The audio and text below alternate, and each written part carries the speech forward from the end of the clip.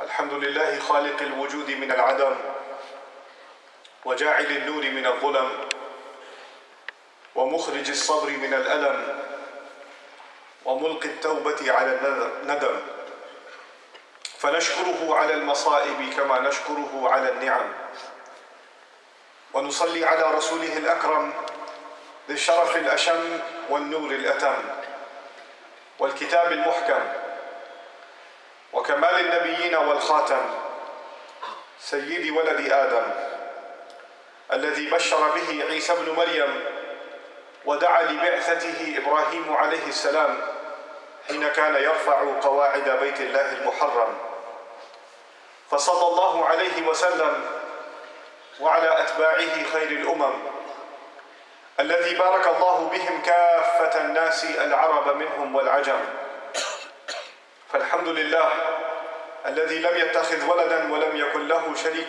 في الملك ولم يكن له ولي من الذل وكبره تكبيرا والحمد لله الذي أنزل على عبده الكتاب ولم يجعل له عوجا والحمد لله الذي نحمده ونستعينه ونستغفره ونؤمن به ونتوكل عليه ونعوذ به من شرور أنفسنا ومن سيئات أعمالنا من يهده الله فلا مضل له ومن يضلل فلا هادي له ونشهد أن لا إله إلا الله وحده لا شريك له ونشهد أن محمدا عبد الله ورسوله أرسله الله تعالى بالهدى ودين الحق ليظهره على الدين كله وكفى بالله شهيدا فصلى الله عليه وسلم تسليما كثيرا كثيرا ثم أما بعد فإن أصدق الحديث كتاب الله وخير الهدي هدي محمد صلى الله عليه وسلم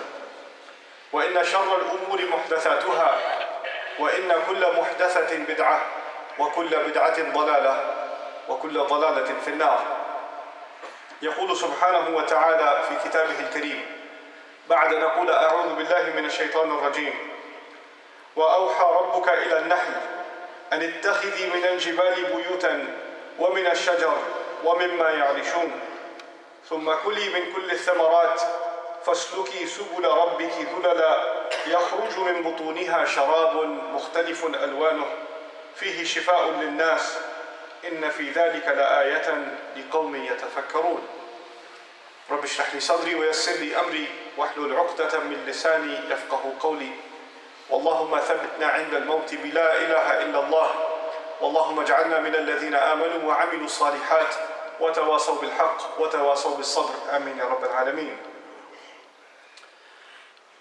The way a Muslim thinks is different from everybody else. And the reason for that is the Book of Allah. It shapes the way that we think. As a matter of fact, what I want to start with is an ayah of Surah Al-Mulk, where people are entering into hellfire, and the crime for which they are entering is being asked of them as they enter. And so they respond, وَقَالُوا لَوْ كُنَّا نَسْمَعُ أَوْ نَعْقِلُ مَا كُنَّا فِي أَصْحَابِ السَّعِيرِ. Very famous ayah. They say if we had only been people that listened. Now let's stop there for a second. Listening to what? Listening to the revelation. Listening to the message. Listening to the reminder. Listening to advice. That part everybody knows. But it doesn't say وَنَعْقِلُ in the ayah. It says أَوْ نَعْقِلُ. لَوْ كُنَّا نَسْمَعُ أَوْ نَعْقِلُ. And the word أَوْ in the Arabic, many of you know, means or. Had we listened or had we thought?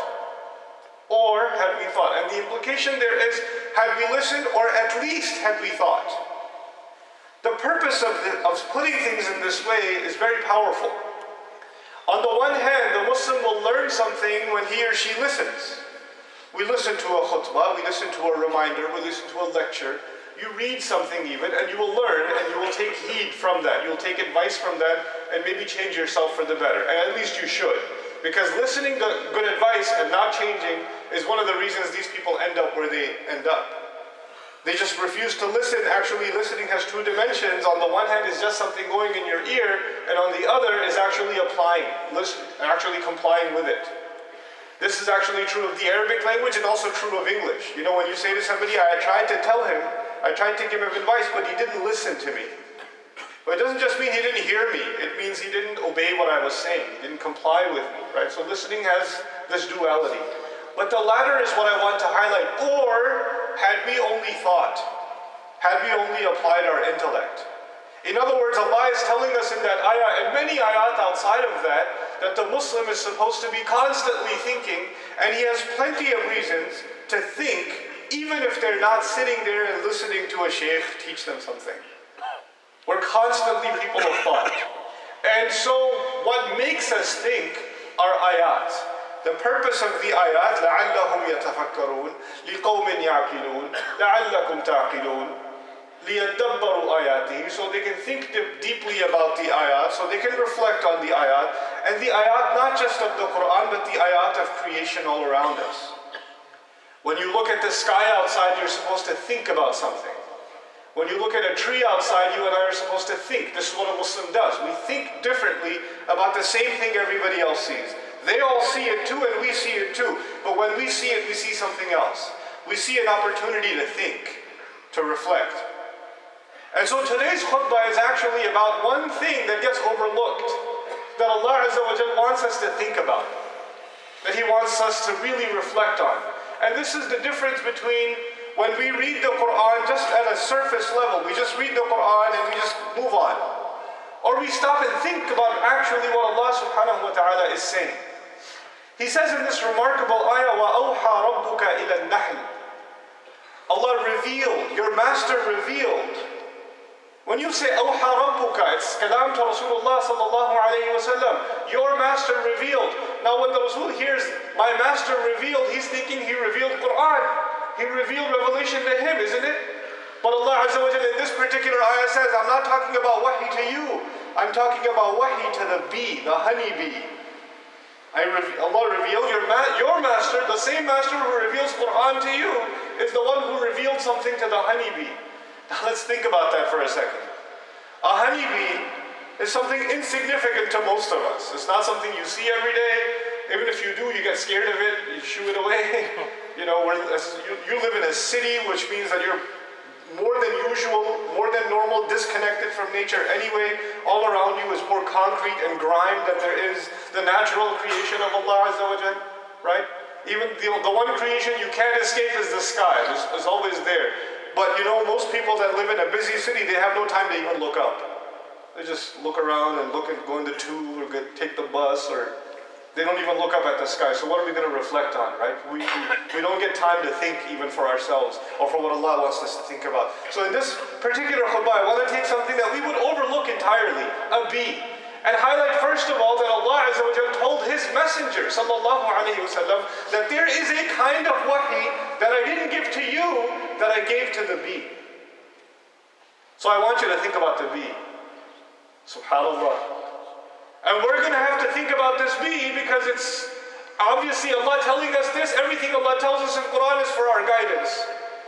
So now I, as a believer, as a Muslim, I have new respect for this small creature because Allah described it as something that receives Allah's wahi. Allah didn't say that about the cow. He didn't say that about the camel. He didn't say that about the bird. He mentions those animals. He does. He mentions lots of animals in the Qur'an. Lots of other creation in the Qur'an. But this wahi thing, it really captures you. Like, there's something special about this creature that Allah wants me to pay attention to. And this is a matter of thought. As a matter of fact, I'll tell you, and this is not going to be the subject of today's khutbah, but I'll tell you personally, when I studied this ayah a few months ago, I watched maybe 5 or 6 documentaries on bees. Just because Allah wants us to appreciate this creature. Allah has given it wahi, so everything it does has to do with wahi. It's inspired by wahi. And it has lessons to learn. And I didn't know enough about bees, so I wanted to study, and I consider that studying Islam. That is studying Qur'an. When I'm watching a documentary and I'm taking notes on what a bee does, that for me is studying Allah's deen. Because that's what Allah wants us to think about, you see. We have to have a broad perspective on how Allah wants us to approach knowledge and wisdom when He revealed to us this grand book. In any case, in this ayah, Allah Azza wa Jalla says, أَنِتَّخِذِي مِنَ الْجِبَالِ بُيُوتًا. He revealed to the bee that it should make That directly, ittakhidi, an amr, a command directly to it. You see, in Arabic, the expected language from here is an tattakhidha min al-jibali buyutan. That it should take homes, it should make its home in the mountains. وَمِنَ الشَّجَرَةِ, and it should make a home in the tree. وَمِمَّا يَعْرِشُونَ, and it can also make up a home in what people build for it. Meaning people make beehives, don't they? There's bee farming. So what people build, it can make a home in there too. Now we learn in this ayah, first of all, that Allah made it a point to mention that He directly commands the bee. He speaks to it directly. Ittakhidhi fi'l amr is used in the second person. Allah directly communicates to the bee of where it should build its home. And one of the other incredible benefits from this is, if you've ever had honey or any byproduct of honey, which is a massive industry in the world. And as a matter of fact, it's not just honey. Most of the farming, for example, in California is the biggest almond farms in the world. You know, the almond growth. It supplies 90% of the world's supply. And all of it comes from honey bees that actually extract the pollen from certain kinds of plants. So they farm them there. Now Allah Azza wa Jalla revealed to it, you can make your home in the mountain, and you can make your home in the tree. But if Allah did not mention وَمِمَّا يَعْرِشُونَ, you will only find honeybees working in trees and mountains. We would never be able to farm them. But He said وَمِمَّا يَعْرِشُونَ. So what you and I enjoy of the supply of honey is because of Allah giving it permission and giving it allowance to build its home so that we can farm. Just think about that. It makes you reflect on the fact that all of what we enjoy from Allah's creation is because Allah explicitly commanded creation, in this particular case the bee, to be at our service. So that when people build, يَعْرِشُونَ الْعَاقِلِ, when they build, you take it up as a home. You use that as a home. But really what I wanted to talk to you about is some guidance from this small creature. Not just an appreciation of this creature, but some guidance. And I found something so incredible, I'm baffled by it. I found a hadith of our Messenger sallallahu alayhi wa sallam considered sahih. وَالَّذِي بِنَفْسِي يَدِي, I swear by the one who has my life in his hand. Allah's Messenger could have said anything without swearing, but He swears by Allah first. Because what He's about to say, it must be really incredible. And He says, إِنَّ مَثَلَ الْمُؤْمِنِ كَمَثَلِ النَّحْلَةِ, the example of the believer is just like the example of the bee. I'm sitting there going, subhanallah. First Allah told us that He reveals to the bee. Now Rasulullah says, sallallahu alayhi wa sallam, that if you want to be a mu'min, you should be just like the bee. What am I going to be like the bee? How am I going to be like the bee? What is the bee going to teach me about my iman? About how to live as a believer? Apparently this is so serious that the Messenger of Allah sallallahu alayhi wa sallam swore by Allah first and then said that. Must be something really serious. So He told us some things we should pay attention to, and there are many more. But I want you to look at what the Rasul says alayhi salatu wasalam. He says, أَكَلَتْ طَيِّبًا, it eats well. It eats good and pure. When a bee goes to a bed of flowers, it doesn't take the flower that's immature. It doesn't take the flower that's gone bad. It doesn't even go to a flower that it can smell somebody else has already gone. Some other bee from another hive has already sat on it. It does not go to that flower. It goes to a fresh, clean, pure flower. It only goes to that. The first aspect of our iman highlighted here is the rizq we pursue. Not just the food we eat, but the rizq we pursue. The job you're going to go get. The business you're going to go start. The money you're going to make. And the food you're going to eat. Look for the pure thing. Look for the thing that's pure. Look for the best. And the bee doesn't settle for less. It keeps looking until it finds the very best. So you know what? We're supposed to be high achievers. This is part of the attitude of a mu'min. فَلْيُتْقِنْهُ, he should perfect it. إِذَا عَمِلَ مِنْكُمْ عَمَلًا, everyone among you, when you do something, you should perfect it. You should do the best. And that's what the bee does. It goes for the best. That's the first thing. Then he says, وَوَضَعَ طَيِّبًا, it eats well, but it also, the way it sits on the flower, the way it sits down is really nice. It's good and pure. And you have to study that. What that means, you won't know until you study a bee. When you learn about bees, you find out that they take pollen, which flowers need. They're going to eat from the flower, but they're never going to eat from the flower until they will give the flower a lot more than they will take. They will give it life. They will give it pollen. So and all of us have relationships. Just like a bee has a relationship with a flower, every one of us is in relationships. And in every single one of my relationships and every single one of your relationships, you get something and you give something. In your marriage, you give something and you get something. With your parents, you give something and you get something. With your teachers, you give something and you get something. With your employer or your employees, you give something and you get something. There's always a give and take. But the bee gives a lot more than it takes. It gives a lot more than it takes. And what it gives makes the life of the recipient better. And what it takes doesn't harm the recipient. What it takes doesn't harm the flower. وَضَعَتْ طَيِّبًا, the way it sits, it's very nice. And by the way, it has to sit right on the most delicate part of a flower.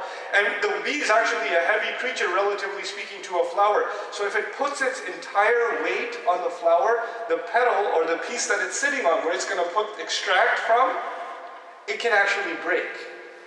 So it keeps hovering, so it doesn't put its entire weight on it.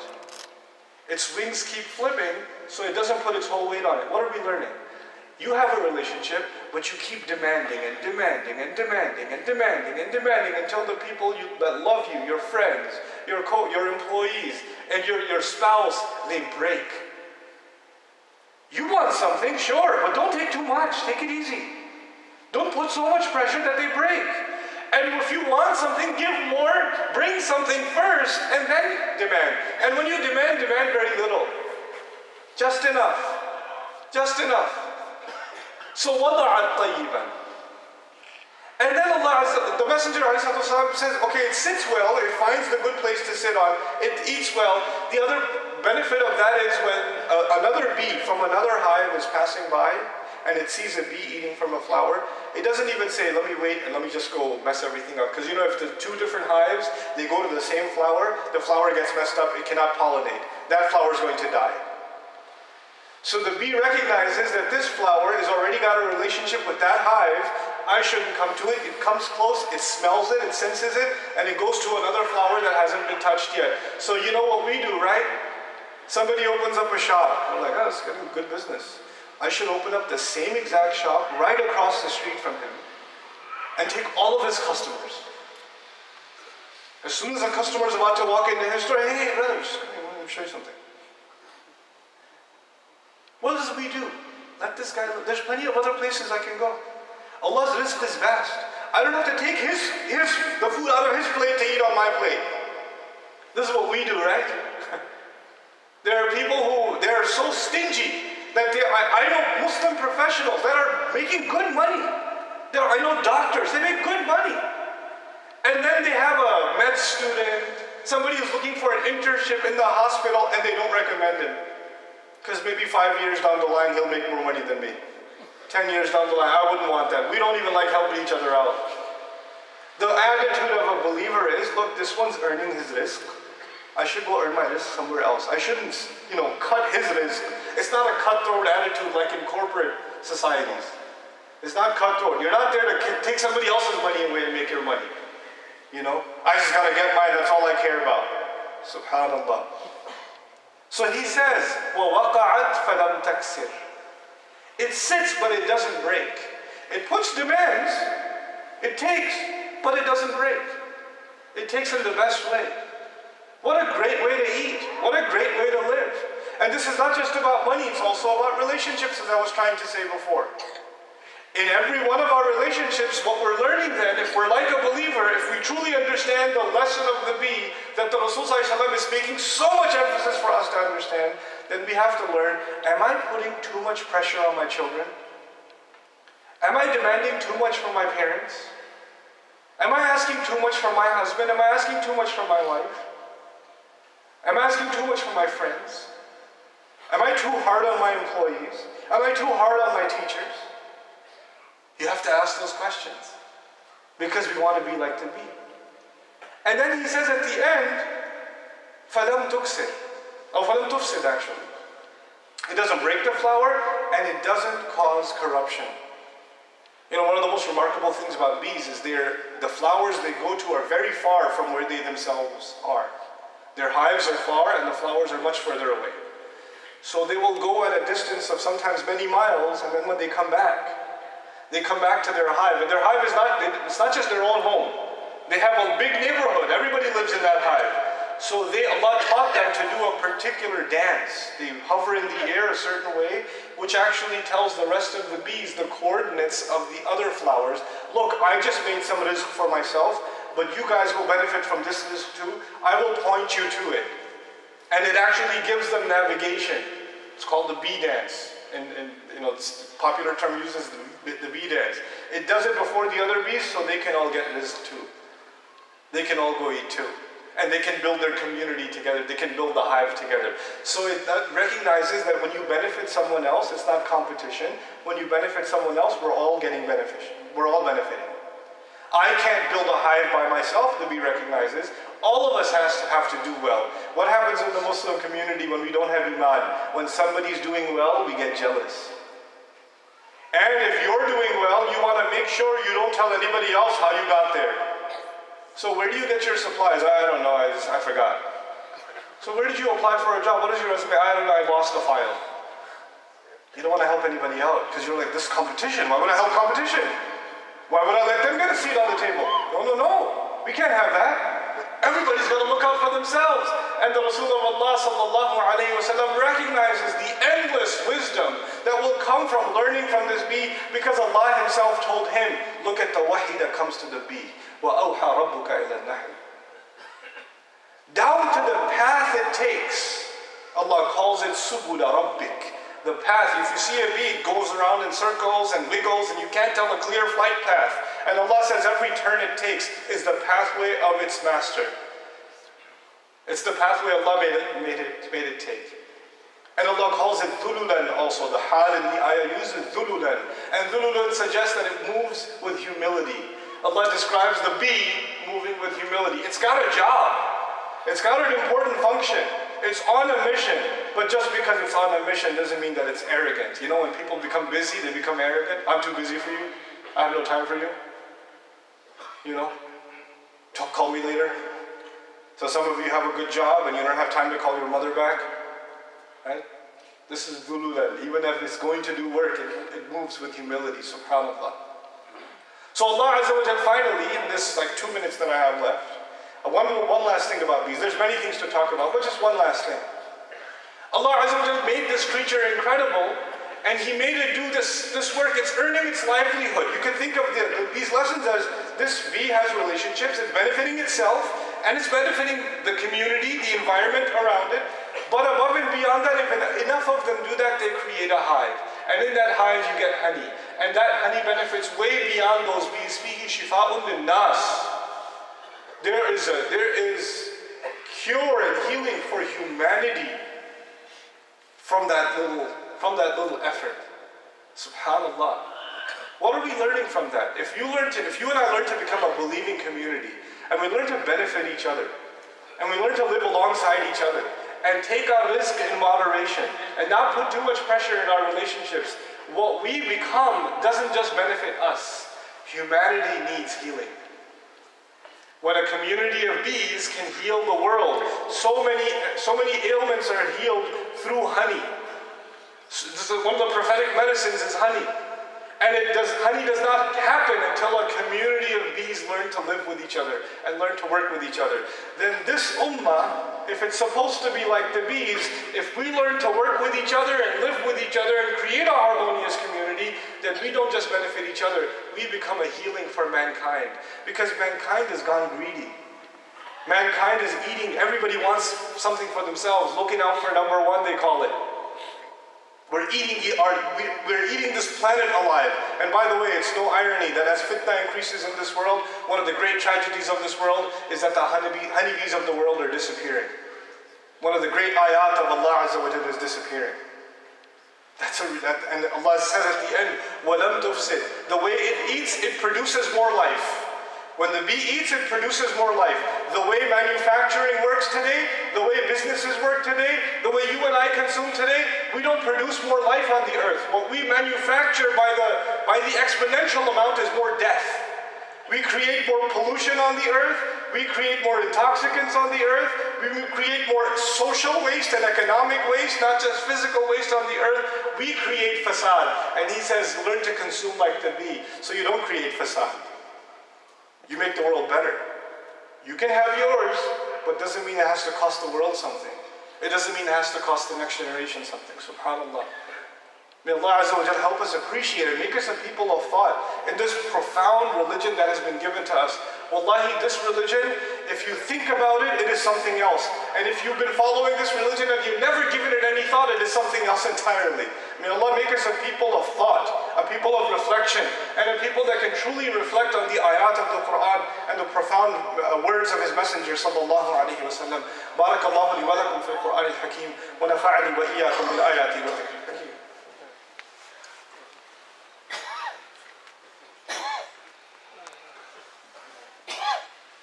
الحمد لله وكفى والصلاة والسلام على عباده الذين اصطفى خصوصا على أفضلهم وخاتم النبيين محمد الأمين وعلى آله وصحبه أجمعين.